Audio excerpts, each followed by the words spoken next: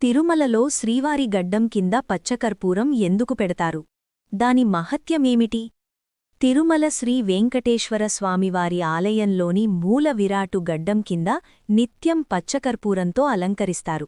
దీని వెనుక ఉన్న వృత్తాంతం ఏమిటో మీకు తెలుసా?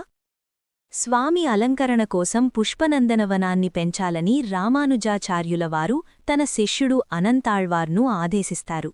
ఈ పనిలో అనంతాళ్వార్ సతీమణి కూడా పాలుపంచుకుంది.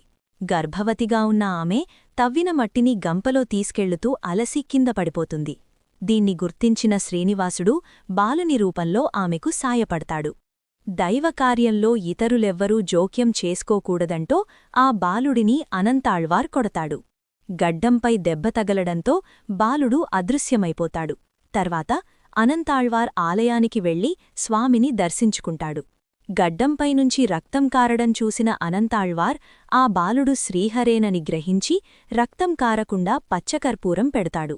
అందుకే నేటికీ మూలవిరాట్ గడ్డం కింద పచ్చకర్పూరం పెడుతున్నారు. తిరుమలలోని శ్రీ వెంకటేశ్వరస్వామికి ప్రతిరోజూ పచ్చకర్పూర తిలకాన్ని పూజారులు పెడతారు.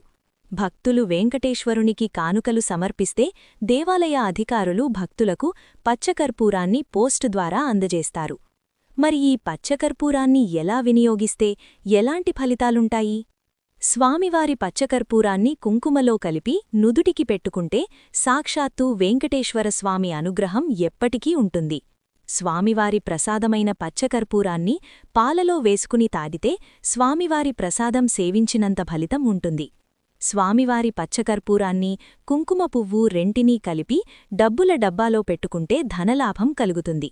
వ్యాపారులు ప్రతిరోజూ స్వామివారి పచ్చకర్పూర కుంకుమను నుదుటికి పెట్టుకుంటే వ్యాపారం అభివృద్ధి చెందుతుంది.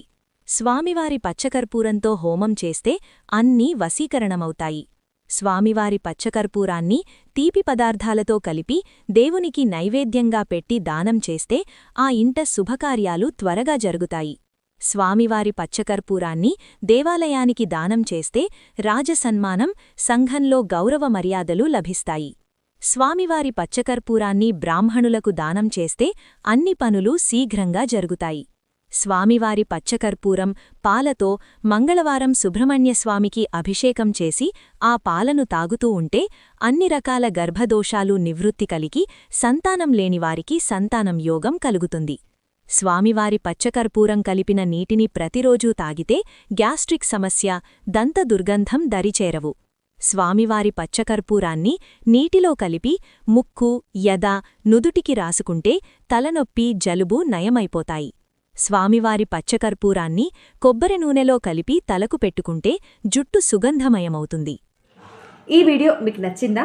అయితే ఈ వీడియోని లైక్ చేసి మీ ఫ్రెండ్స్ అండ్ ఫ్యామిలీతో షేర్ చేసుకోండి. ఇలాంటి మరిన్ని మంచి మంచి వీడియోస్ కావాలి అనుకుంటే మా ఛానల్ని సబ్స్క్రైబ్ చేసి మమ్మల్ని ఎంకరేజ్ చేయండి. మరి మరొక వీడియోలో మరొక ఆసక్తికరమైన అంశంతో మళ్ళీ కలుద్దాం. అంతవరకు సెలవు.